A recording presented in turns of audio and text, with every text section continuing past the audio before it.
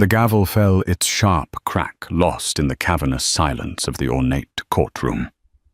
All eyes were on Thomas Braddock, a man whose expensive suit couldn't conceal the ugliness twisting his handsome features.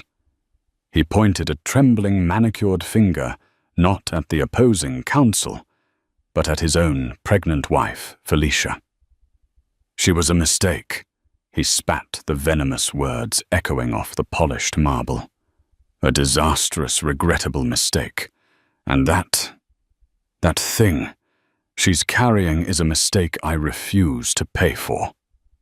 A wave of gasps rippled through the gallery. But the real drama wasn't in his calculated cruelty. It was in the worn, leather-bound folder the judge had just placed on his bench, a folder containing the last will and testament of the one man Thomas could never bully his late father. The air in courtroom 4B of the San Mateo County Superior Court was thick with the perfume of old money and fresh animosity.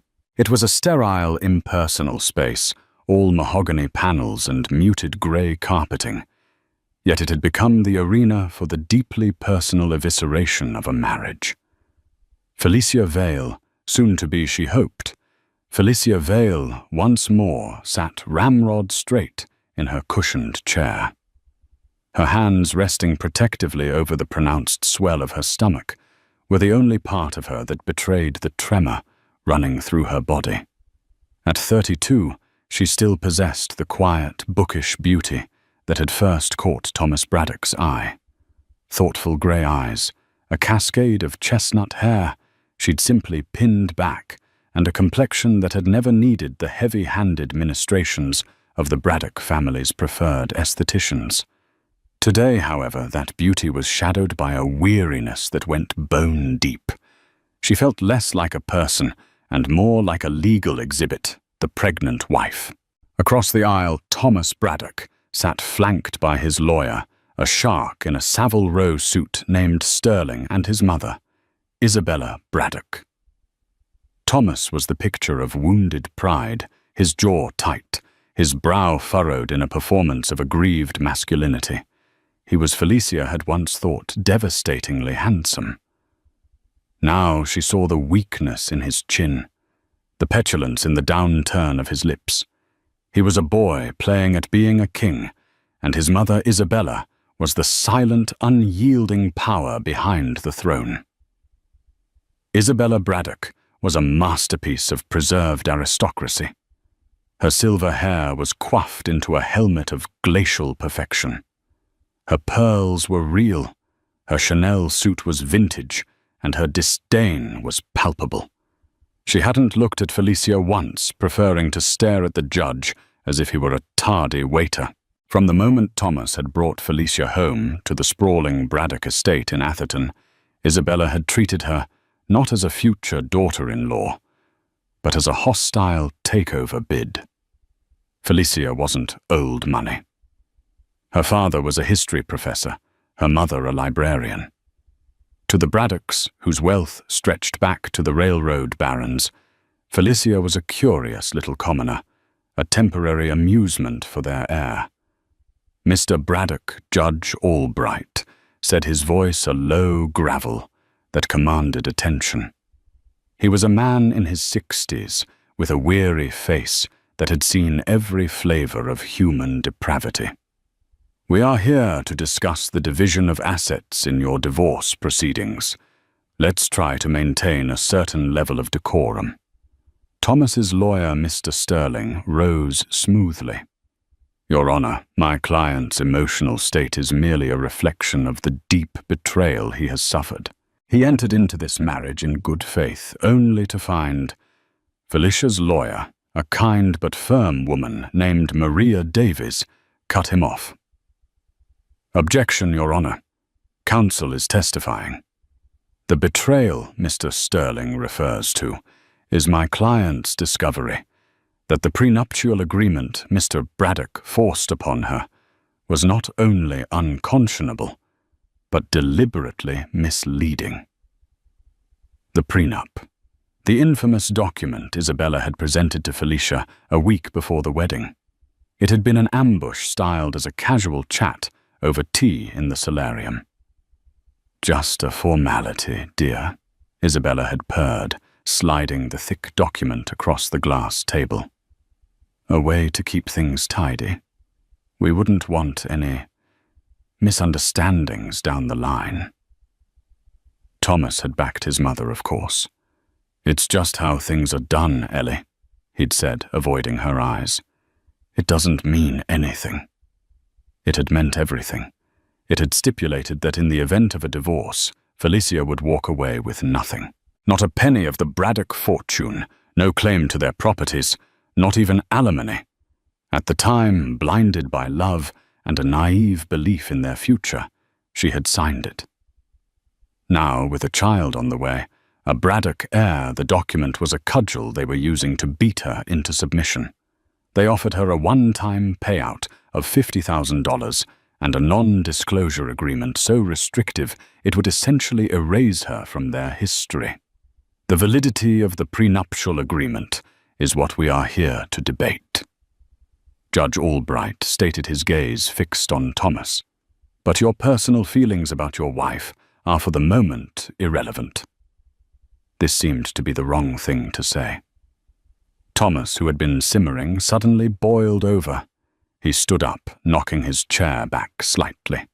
"Irrelevant," he scoffed, his voice rising. "She is the most relevant mistake I've ever made. I was trapped. My father was ill, he was fond of her for some reason, and I went along with it." He gestured wildly towards Felicia. "She's a gold digger, Your Honor. A clever little parasite who saw a meal ticket and latched on." Maria Davies was on her feet. "Your Honor, this is outrageous." But the judge simply raised a hand, silencing her. He was watching Thomas, his expression unreadable. And Thomas, emboldened by the attention, took a step forward. He locked eyes with Felicia, and the mask of the charming, carefree man she had married fell away completely, revealing the snarling, entitled creature beneath. "Do you know what she did?" He addressed the judge, but his words were daggers aimed at her heart. "She got pregnant on purpose. After I told her we should wait.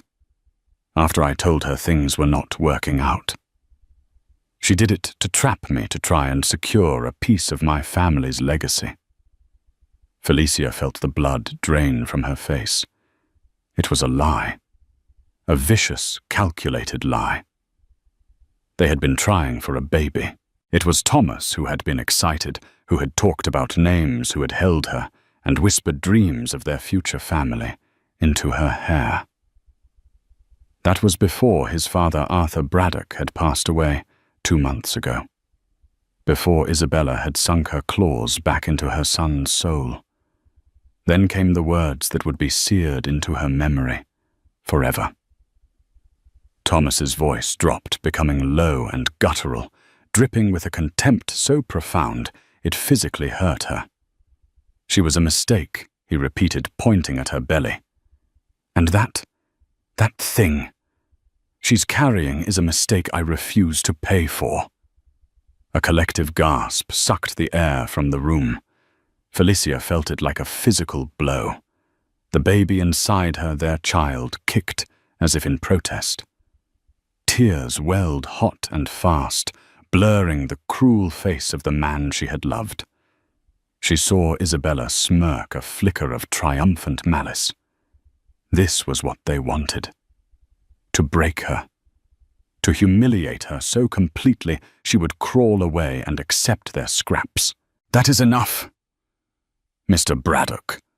Judge Albright's voice was no longer weary. It was thunder. He slammed his gavel down, the sound echoing the shattering of Felicia's world. "That is more than enough. You will sit down now." Thomas, looking slightly stunned by his own outburst, sank back into his chair, though his hateful glare remained fixed on Felicia. Judge Albright surveyed the scene, his eyes lingering on Felicia's tear-streaked face. then on Isabella's smug one. He took a deep, steadying breath and squared a stack of papers on his bench. "This court is in recess for 15 minutes, he announced. "However, before we break, a matter has been brought to my attention this morning by the executor of the late Arthur Braddock's estate." At the mention of his father, Thomas sat up straighter. A flicker of something confusion, perhaps apprehension, crossed his face. The judge picked up the worn, leather-bound folder. "It appears that Mr. Arthur Braddock's final will and testament, executed 1 month prior to his death, contains certain stipulations that have a direct and material bearing on the assets currently under discussion in this divorce. With the executor's permission, and given its relevance, I am unsealing it now." He opened the folder. The silence in the courtroom returned, but this time it was different. It was thick with confusion and a dawning electric tension. A will, Arthur's will, had been read weeks ago. It was simple, leaving everything to his only son Thomas, with a generous trust for Isabella. What was this? Felicia wiped her tears, her heart pounding a strange new rhythm. Arthur. Kind, gentle Arthur. He had been the only Braddock who had ever truly seen her, the only one who had ever been on her side. In his final months, as his illness worsened, he would often ask her to sit with him in the garden, away from the oppressive gloom of the mansion and the even more oppressive presence of his wife. They would talk for hours about history, about books, about her dreams for the future. He seemed to understand her in a way Thomas never had. "What is the meaning of this, Your Honor?" Mr. Sterling asked, his composure ruffled for the first time. "A new will. We were not informed, it would seem Mr. Sterling, the judge, said, peering over his spectacles at the document, that no one was." Arthur Braddock was a very thorough man. He cleared his throat, the sound unnaturally loud in the silent room, and began to read. As Judge Albright's voice began to drone through the legalese of the will's preamble, Felicia's mind spun backwards, away from the sterile cruelty of the courtroom to the sun-dappled lawns of the Braddock estate. She remembered the first time she'd met Arthur Braddock. It was 1.5 years ago. Thomas had brought her to the family's annual summer gala, a lavish affair of champagne fountains and string quartets. She'd been terrified a simple librarian's daughter adrift in a sea of couture and condescension. Isabella had introduced her with a smile that didn't reach her eyes. Her tone making Felicia Vale sound like a quaint, unlisted company.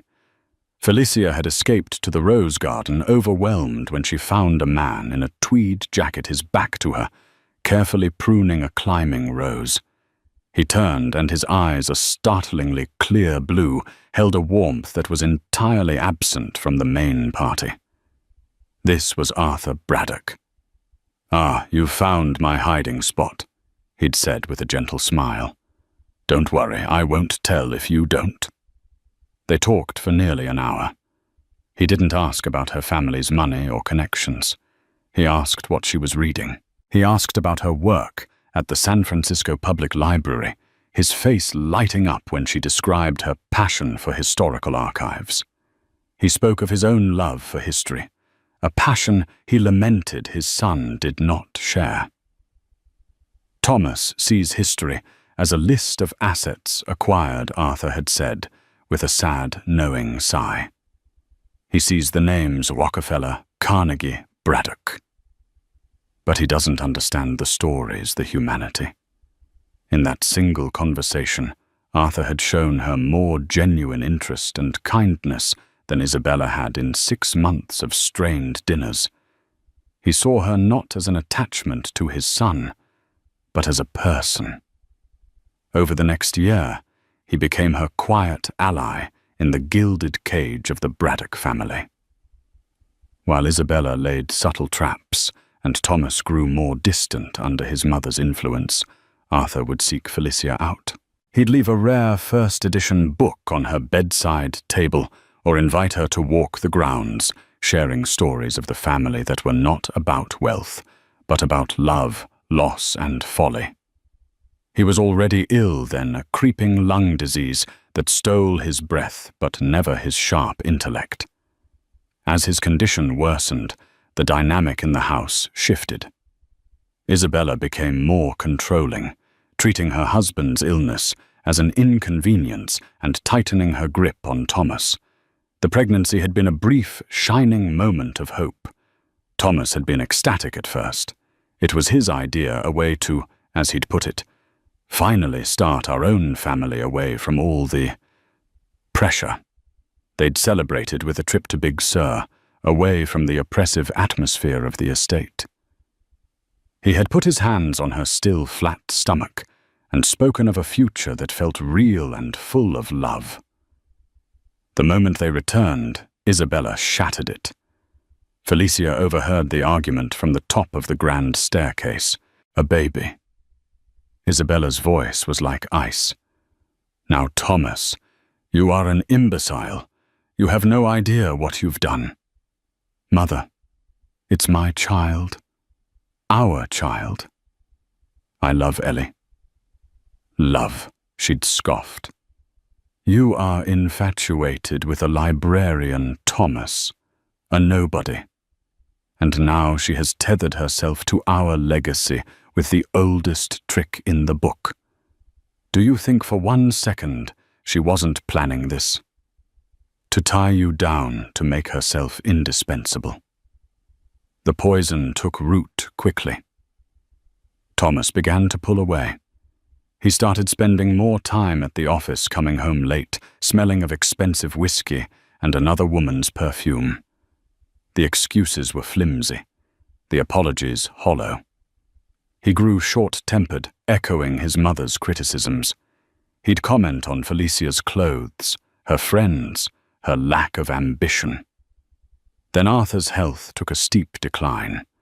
In his last weeks, he was confined to his bed. The house was somber and quiet. Isabella managed his care with ruthless efficiency, keeping visitors to a minimum. But Arthur would still ask for Felicia. One afternoon, just a month before he died, he beckoned her close. His breathing was labored, but his eyes were lucid. "Felicia," he rasped, taking her hand. His own was frail, all paper-thin skin and bone. "Don't let them break you. You have more strength than any of them." He'd looked pointedly at her stomach. "And you have a responsibility to that child, a responsibility to be strong." He'd made her promise. She hadn't understood the full weight of his words then. 2 weeks later, he summoned his personal attorney, a man Felicia had never met, to the house. Isabella had been furious, trying to insist that the family lawyer, Mr. Sterling, be present. Arthur, with a surprising burst of strength, had refused. "This is a private matter, Isabella," he'd said. The meeting had lasted for 3 hours. The next day Arthur seemed more at peace. He passed away in his sleep a month later. The first reading of the will had been exactly what everyone expected. A simple document leaving Braddock Enterprises and the bulk of the estate to Thomas. Isabella was granted a lifelong right to live in the family mansion and a generous stipend from a separate trust. It was so straightforward that Thomas had smirked a look of vindicated relief on his face. With his father gone, the final obstacle to his absolute inheritance and Isabella's absolute influence was removed. 2 days after that, Thomas had asked for a divorce. The words were cold, rehearsed. He'd said the marriage was a mistake, that he'd been pressured by his father's failing health. He presented it as a clean break, a return to the natural order of things. When Felicia, heartbroken and 7 months pregnant, had refused to be discarded so easily, he had turned vicious. The battle over the prenup began. And now here they were. A sharp intake of breath from Mr. Sterling snapped Felicia back to the present. Judge Albright had finished with the preliminary sections of the will. His eyes scanned the room before continuing. "We now come to Article 4. The judge said, his voice dropping slightly, drawing every ounce of attention in the room. "Regarding the disposition of my primary asset, my controlling interest in Braddock Enterprises Incorporated." Thomas leaned forward, a smug look returning to his face. This was it, the confirmation of his kingdom. "I, Arthur Braddock," the judge read his voice, clear and deliberate, "being of sound mind and body, do hereby declare the following. My son Thomas Braddock has in recent months shown a lamentable lack of judgment and a character ill-suited to the stewardship of the company my grandfather built." A jolt went through the room. Thomas's face went from smug to slack-jawed shock. Isabella's carefully constructed composure cracked her mouth, falling open slightly. What Thomas whispered the word stolen by the cavernous room. The judge continued, his voice unwavering. "He has proven himself to be easily manipulated and has forgotten the most fundamental principle of our family's success, that our name is built on integrity, not just on assets. Therefore, I cannot in good conscience deliver the future of Braddock Enterprises into his hands." "This is insane," Sterling blurted out, rising to his feet. "Your Honor, my client's father was clearly not of sound mind. He was heavily medicated. He was certified of sound mind by 2 independent physicians the day this will was signed, Mr. Sterling. Their affidavits are attached," Judge Albright said coolly, not even looking up. "Now sit down." Sterling sank back into his chair, his face pale. The judge's eyes found Felicia's across the room. She held his gaze, her heart hammering against her ribs. He went on. "Therefore, I hereby bequeath my entire controlling share of Braddock Enterprises, representing 51% of the voting stock, not to my son, but to a trust. This trust shall be known as the Arthur Vale Braddock Legacy Trust." Vale. He had used her maiden name. A low guttural sound escaped Isabella's throat. The judge continued reading the clause that would change everything. "The sole beneficiary of this trust is to be my first-born grandchild, the child currently carried by my daughter-in-law, Felicia Vale Braddock." The courtroom devolved into a cacophony of frantic whispers. Thomas looked as if he'd been struck by lightning, his face a mask of disbelief and rage.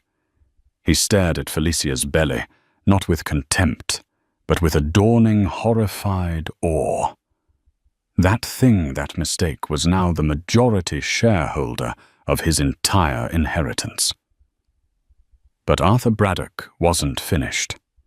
The final killing blow was yet to come. Judge Albright looked up from the document, his gaze passing over Thomas and Isabella, before settling once more on Felicia. He read the last sentence of the article, his voice ringing with a profound posthumous finality. "The sole executor and trustee of this trust, vested with absolute and unconditional authority over all voting rights, board appointments, and financial decisions of Braddock Enterprises, until the beneficiary reaches the age of 25, shall be the child's mother, and my trusted daughter-in-law, Felicia Vale Braddock." For a long moment, the world stopped. The frantic whispers died. The rustling of papers ceased. The only sound in courtroom 4B was the frantic, trapped beat of Felicia's own heart. She stared at Judge Albright, certain she had misheard, that the grief and stress had finally caused her to hallucinate. Sole executor and trustee. Absolute and unconditional authority. The words didn't compute. They were abstract alien concepts that didn't belong to her. Felicia Vale, the librarian, the spurned wife, the humiliated mother-to-be. Then the spell broke. A strangled cry tore from Isabella Braddock's throat. It was a sound of pure, undiluted fury, the cry of a queen who has just watched her castle crumble into dust. "No, it's a lie, a forgery!" she shrieked, lurching to her feet. Her mask of aristocratic control was gone, replaced by a visage of raw, twitching rage. That woman, that scheming little harlot, she manipulated him. She poisoned my husband against his own family. Mr. Sterling, his face the color of ash, tried to restrain her, whispering urgently, "Isabella not here. Control yourself." But she was beyond control. She pointed a trembling, diamond-clad finger at Felicia. This was your plan all along. You seduced a dying old man, twisted his mind." "Mrs. Braddock." Judge Albright's voice cracked like a whip. "You are on the verge of being held in contempt. Another outburst like that, and you will be removed by the bailiff." Isabella snapped her mouth shut, but her chest heaved, and her eyes fixed on Felicia promised retribution. Thomas was eerily silent. He sat frozen, his body rigid, his eyes wide and vacant. He was staring at the polished table in front of him, but he wasn't seeing it.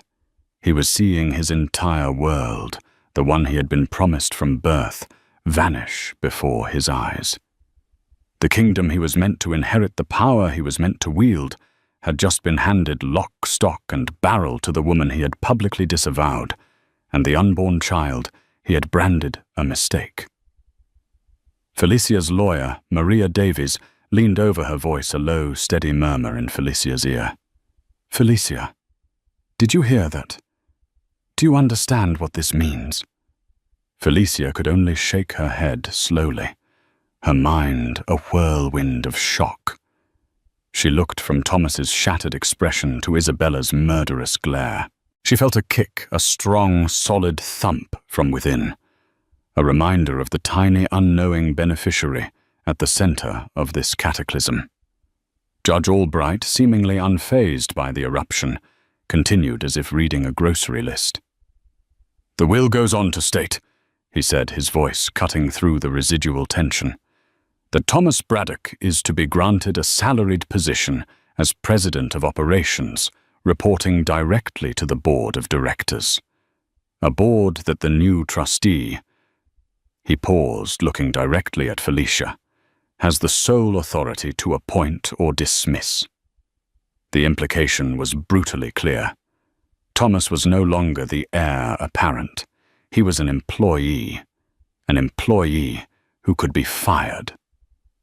By her. Furthermore, the judge added, "The will stipulates that Thomas Braddock and Isabella Braddock are permitted to maintain residence in the Atherton family home, but only with the express ongoing permission of the trustee. The deed and title of the property are to be transferred to the Arthur Vale Braddock Legacy Trust."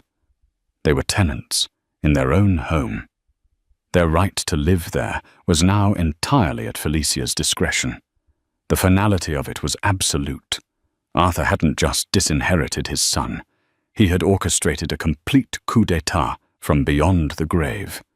He had seen the cruelty, the weakness, the greed, and he had built a fortress to protect his grandchild and the woman he believed could safeguard his legacy. He hadn't just given Felicia a shield.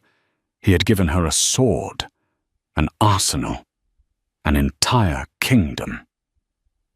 The will Judge Albright concluded, closing the leather folder with a soft thud, "is accompanied by a signed and notarized letter from Arthur Braddock detailing his reasons.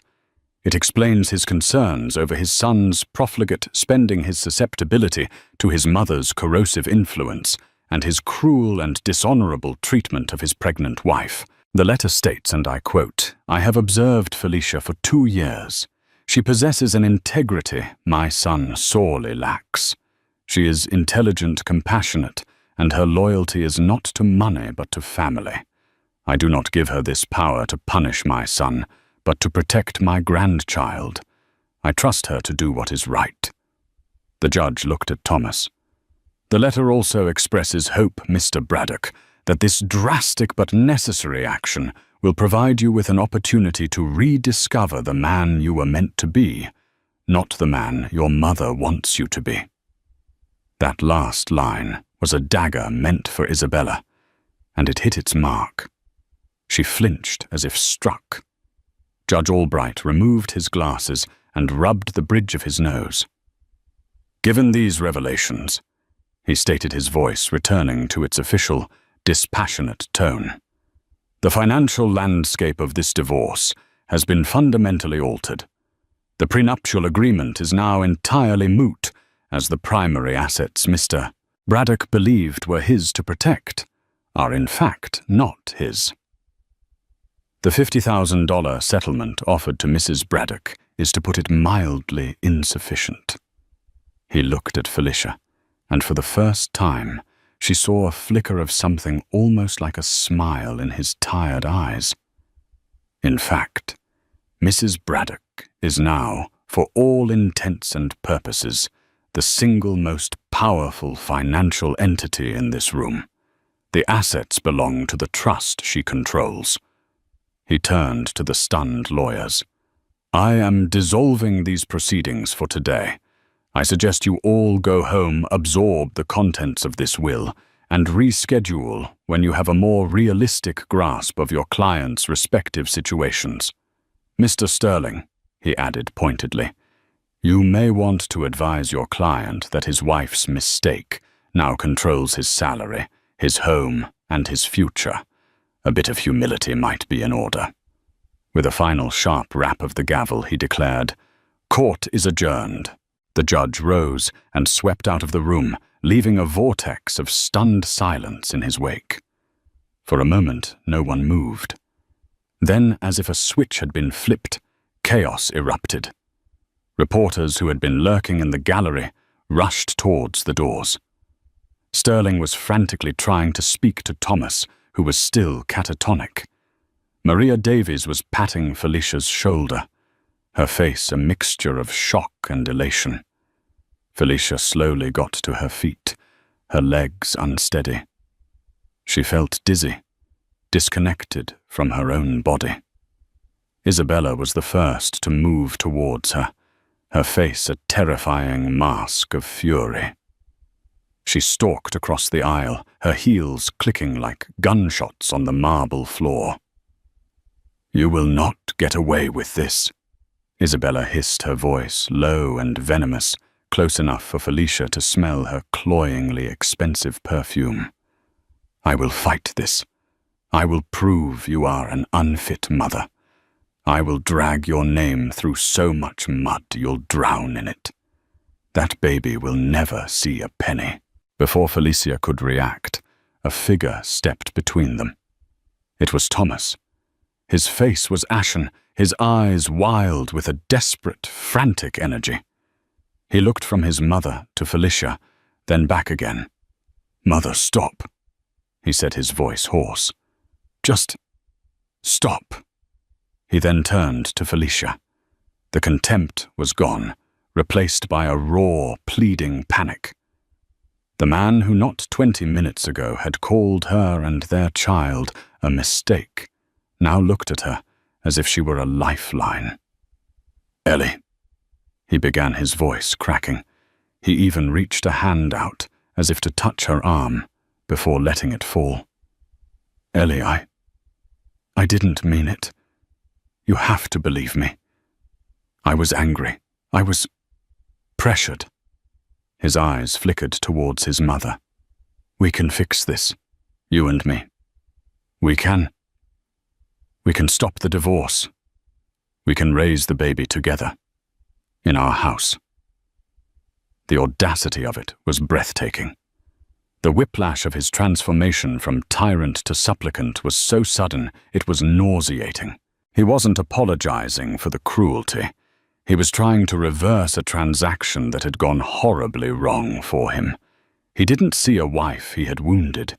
He saw the new CEO of his life. Felicia looked at his desperate, pleading face. She looked at Isabella, who was watching them with narrowed, calculating eyes, her mind already plotting new strategies. And she felt nothing. Not love, not hate, not even anger anymore. Just a profound, chilling emptiness where her love for him used to be. She looked at his outstretched, trembling hand. Then she looked him directly in the eye, her own gaze clear and steady for the first time that day. Without a word, she turned and walked away, leaving her husband and his mother standing in the ruins of their fallen kingdom. Her lawyer Maria rushed to her side, and together they walked out of the courtroom. Not towards a miserable, uncertain future, but towards an empire Felicia had never asked for, but now, by the grace of a good man's final act, commanded. The days that followed the courtroom bombshell were a blur of surreal adjustments. Felicia didn't return to the small rented apartment she had secured as a refuge from her marriage. Maria Davies had insisted it wasn't secure enough. "You're not just a private citizen anymore, Felicia," she'd said, her tone urgent. "You are the head of a multi-billion-dollar corporation. There are protocols now." And so Felicia found herself in a gilded prison of a different sort, a penthouse suite at the Four Seasons paid for by the Arthur Vale Braddock Legacy Trust, with a round-the-clock security detail stationed in the hallway, lawyers, trust officers, and financial advisors. Men and women with sharp suits and even sharper minds. All remnants of Arthur's loyal inner circle paraded through her living room. They presented her with binders thick with financial reports, organizational charts, and legal obligations. They used terms like fiduciary duty, hostile takeover defenses, and quarterly earnings projections. At first, it was overwhelmingly intimidating. She was Felicia Vale, who found comfort in the Dewey Decimal System, not the Dow Jones Industrial Average. But as they spoke, she listened. She asked questions, simple ones at first, then more complex ones. And she discovered something surprising. The logic of it, the intricate web of cause and effect, wasn't so different from tracing historical events or archival records. It was a story just told in the language of numbers. More importantly, she was fueled by a powerful clarifying force, the memory of Arthur's words, "I trust her to do what is right," and the visceral, soul-crushing memory of Thomas's "that thing she's carrying is a mistake." One was a sacred trust, the other a declaration of war. She would honor the former by prevailing in the latter. Her phone rang incessantly. The calls were from Thomas. He left dozens of voicemails, each one more desperate than the last. They were a pathetic symphony of panicked apologies and self-serving promises. "Ellie, baby, please pick up. I'm so sorry. I've been such a fool. My mother, she gets in my head. But that's over now, I swear. I was just looking at the crib we ordered. Remember the one from that little shop in Carmel? It's all about us, Ellie. You, me, and our little boy. Or girl. It's all that matters. I told Sterling to fire his legal team. We don't need lawyers. We're a family. Just come home. Please, just come home, and we can figure this all out." She never answered. She never listened to a single message, twice. It was the desperate pleading of a man who had lost his wallet, not a husband who had broken his wife's heart. Isabella, for her part, had gone to ground. But it was a tactical silence, not a surrender. Maria's legal team reported that Isabella had hired a new, notoriously aggressive law firm, specializing in contesting wills. They were digging, searching for any doctor who would testify to Arthur's incompetence, any nurse who would claim Felicia had restricted access to him, any scrap of dirt they could find, to paint her as a manipulative usurper. A week after the hearing, Felicia knew she couldn't stay in the hotel forever. She had to make a move. The trust owned the Braddock mansion. It was her house now. More importantly, it was her child's house. Arthur had not intended for his grandchild to be raised in exile. So she made a decision. She called Maria. "I'm going home," she said, her voice firm. Felicia is that wise. It's not about wisdom, Maria. It's about a clear message. The Queen is not in hiding.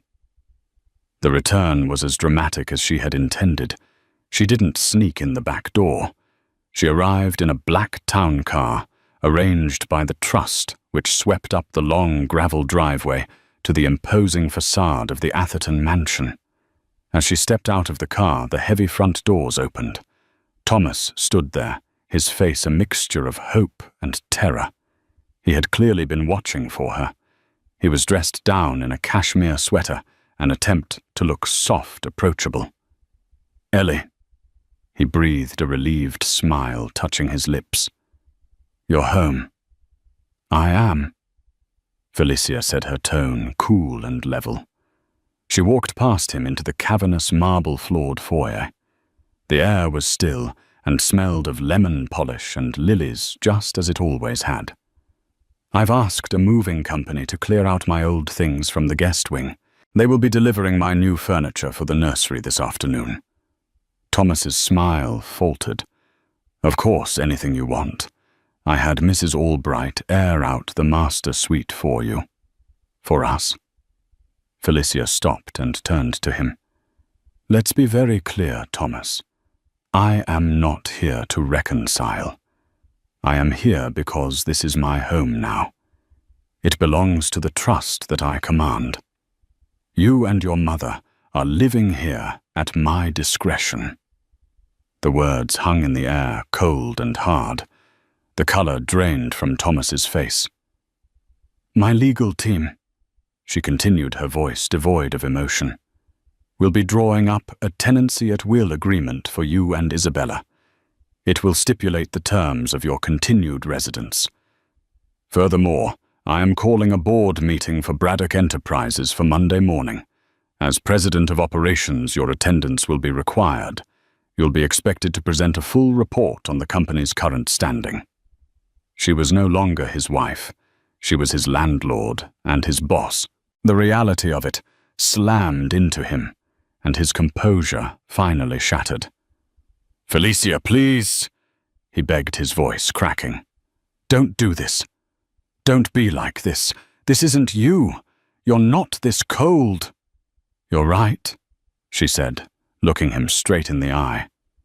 "The woman I was would have forgiven you. She would have believed your lies and let you hurt her again. But you and your mother killed that woman. You stood in a court of law, and you killed her. So you'll have to get used to the woman who is left." Just then a sharp, imperious voice echoed from the top of the grand staircase. "What is the meaning of this intrusion?"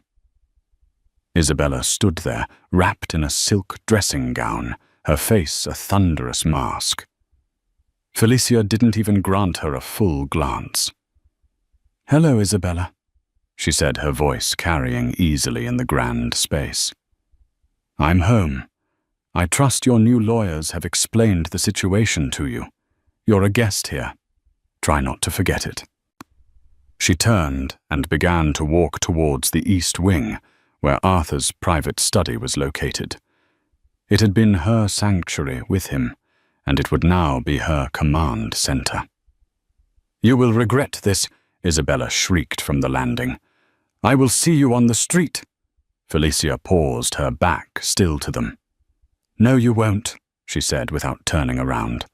"You will see me in the boardroom, Monday at 9 a.m. Don't be late." And with that, she walked away, leaving mother and son standing in the opulent foyer of a house that was no longer theirs, silenced by the quiet, unshakable authority of the woman they had tried and failed to destroy. The following months were a masterclass in trench warfare fought not with bullets, but with board appointments and legal briefs. Felicia, now 8 and then 9 months pregnant, moved not with the timid uncertainty of a librarian, but with the deliberate, focused strategy of a general. Arthur's study became her war room. Its rich, leather-bound books on military history and corporate biography now seemed less like a collection and more like a curated library of tactics left for her by a brilliant mentor. Her first move was the board meeting. She walked into the Braddock Enterprises boardroom, a long, intimidating chamber dominated by a colossal mahogany table and portraits of stern-faced Braddock men, and every head turned. The existing board members, all cronies of Thomas and Isabella, looked at her with a mixture of disbelief and thinly veiled contempt. Thomas sat at the head of the table, a place he had occupied for less than 3 months. Felicia, guided by Maria, and the Trust's chief counsel, took the seat directly opposite him. She didn't claim his chair. She created a new center of power. She let Thomas run through his report, a rambling, jargon-filled presentation clearly designed to intimidate and confuse her. When he finished, he looked at her, a challenge in his eyes. Felicia didn't respond directly to his report. Instead, she introduced the Trust's counsel, who then calmly and methodically laid out the legal reality of the new ownership structure. Then Felicia spoke. "Thank you, Thomas, for that overview," she said, her voice calm and clear, carrying to every corner of the room. "In my capacity as trustee, my primary duty is to ensure the long-term health and integrity of this company for the sole beneficiary. To that end, I have spent the last week reviewing the company's performance, its leadership, and its vision, and I have found it lacking." She paused, letting the word hang in the air. "Effective immediately, I am exercising my authority as trustee to reconstitute the board of directors. Mr. Henderson, Ms. Albright, Mr. Chen," she said, naming 3 of Isabella's oldest and most loyal allies. "Your positions on this board are terminated. Thank you for your service." The 3 of them stared aghast. "You can't do that," one of them sputtered. "She can, and she has," the Trust's lawyer interjected smoothly. Felicia continued, her gaze sweeping the table. "In their place, I am appointing 3 new members. First, Ms. Maria Davies, whose legal expertise will be invaluable. Second, Mr. Alistair Finch." She named Arthur's long-time, fiercely loyal financial advisor, a man Isabella had forced into retirement. And third, Dr. Lena Petrova, a leading expert in sustainable business ethics from Stanford University. Arthur Braddock often spoke of creating a legacy, not just a profit margin. We will honor that vision. It was a coup. Clean, swift, and utterly devastating. She had decapitated Isabella's power base within the company in less than 5 minutes. Thomas sat impotent, watching his allies pack their briefcases in stunned silence. He was still president, but he was now a president who answered to a board that was loyal to her. Life in the mansion was a silent, cold war. Felicia took over the master wing, while Thomas and Isabella were confined to the guest suites. They shared the same roof, passed each other in the long hallways like ghosts, and ate meals at different times to avoid contact. Isabella's attempts at psychological warfare, leaving old happy photos of her and Thomas out making loud, pitying phone calls about poor, confused Felicia, were met with a wall of serene, impenetrable silence. Thomas, meanwhile, swung wildly between pathetic attempts at reconciliation and sullen resentment. He'd leave a single rose on her desk one day, and the next he'd make a sarcastic comment about her playing CEO at the dinner table. Felicia ignored it all. Her focus was singular, the baby and the business. She found an unexpected strength in the routine. She'd wake early, walk the gardens as she had with Arthur, and then spend hours with Alistair Finch, the reappointed advisor. He would patiently walk her through balance sheets and investment portfolios, marveling at her quick grasp of complex ideas. "Your father-in-law was right about you," he said one afternoon. "You have a formidable mind, Mrs. Braddock. You see the whole chessboard."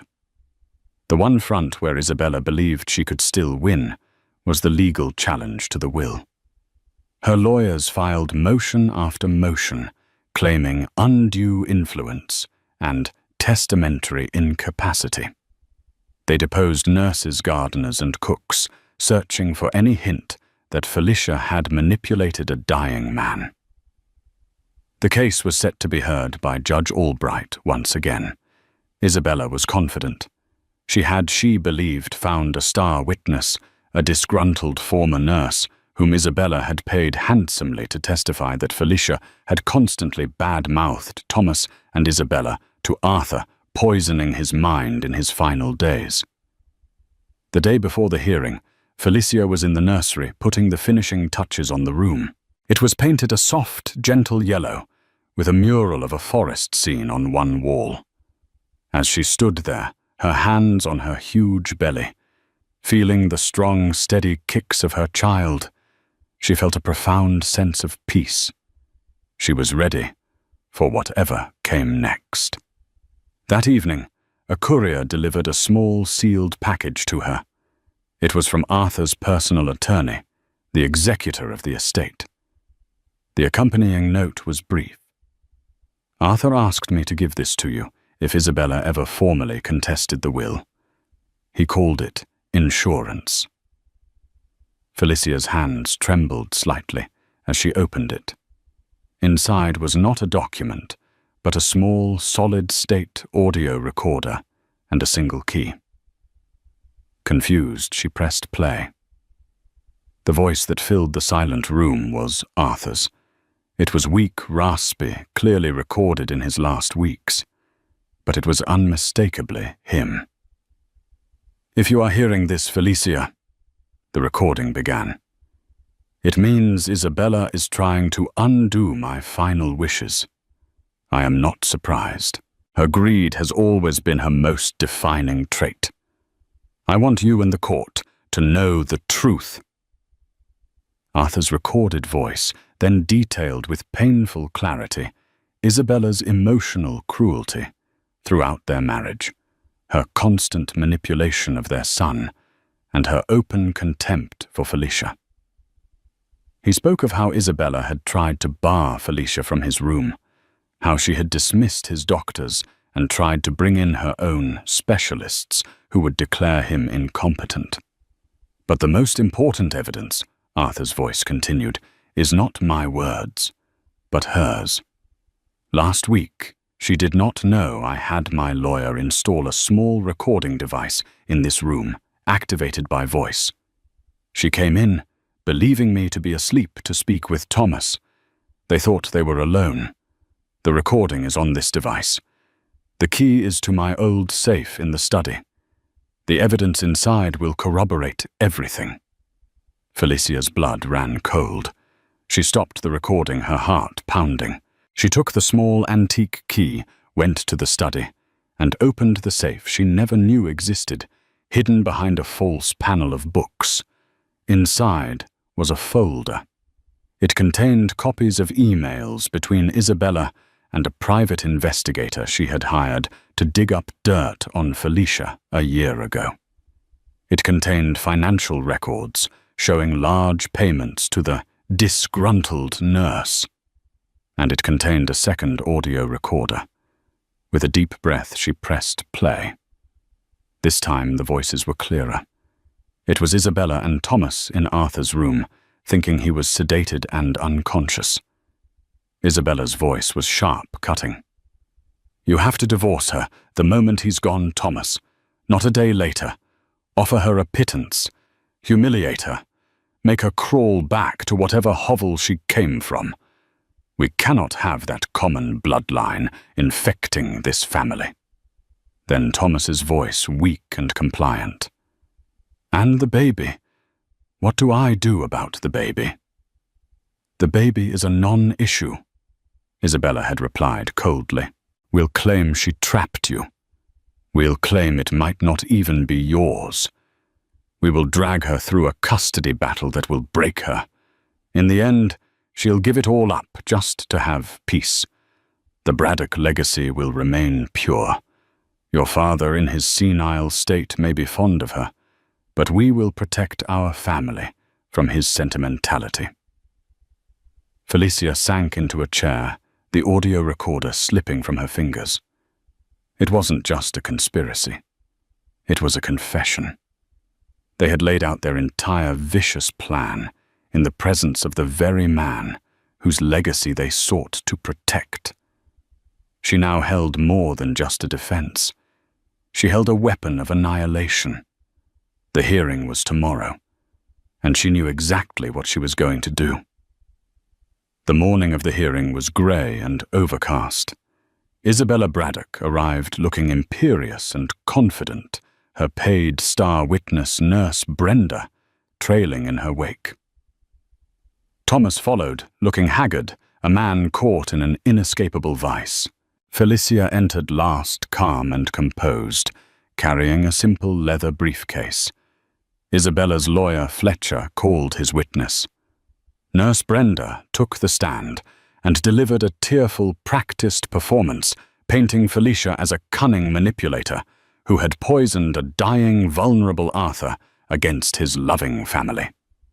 She would whisper insults about Mrs. Braddock and Thomas for hours, the nurse claimed, dabbing a fake tear. She twisted his every thought. It was heartbreaking. When it was Maria Davies's turn, she approached the stand with lethal calm. "Nurse Brenda," she began, "aside from your salary, were you paid any other amounts by Isabella Braddock? Specifically, a sum of $250,000 transferred to an offshore account 2 days after Arthur Braddock's death." The nurse's face went white. Fletcher shot to his feet, shouting objections, but Judge Albright overruled him instantly. "Answer the question, Nurse Brenda." The witness stammered, her lies collapsing under the weight of a single damning question. But this was only the opening salvo. At a nod from Maria, Felicia stood the proud swell of her pregnancy, a silent testament to everything at stake.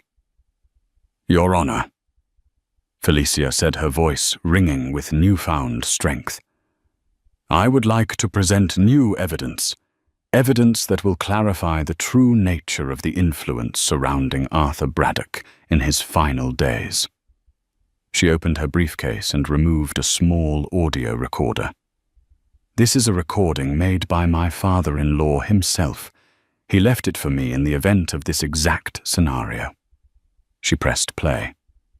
Arthur's weak, rasping voice filled the stunned courtroom.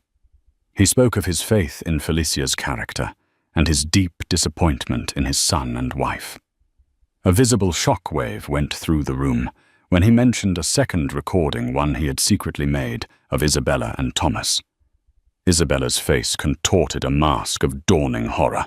"And now," Felicia said, her voice cold as steel, as she held up the second device, the conversation Arthur spoke of, recorded in his room when they believed he was unconscious. She pressed play again. The courtroom was plunged into a chilling silence, broken only by the recorded voices of mother and son plotting Felicia's destruction. Isabella's voice, crisp and cruel. "You have to divorce her the moment he's gone. Humiliate her. Make her crawl. We cannot have that common bloodline infecting this family." Then Thomas, weak and complicit. "And the baby? What do I do about the baby?" And the final monstrous words from Isabella. "The baby is a non-issue. We'll claim it might not even be yours. We will drag her through a custody battle that will break her." The recording ended. The silence that followed was absolute and condemning. Isabella was frozen in her chair, her face a grotesque tableau of public exposure and private ruin. Thomas had buried his face in his hands, his shoulders shaking with silent, racking sobs. His lawyer sat down, utterly defeated. Judge Albright stared at Isabella, his face a mask of cold fury.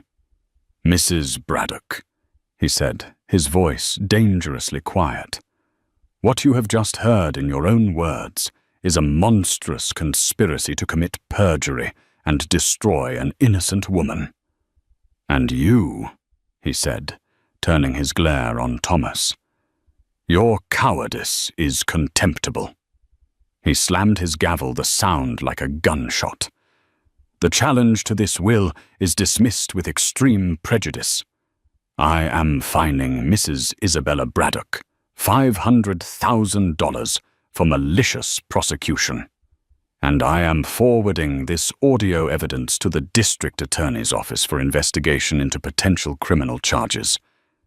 His expression softened only when he looked at Felicia.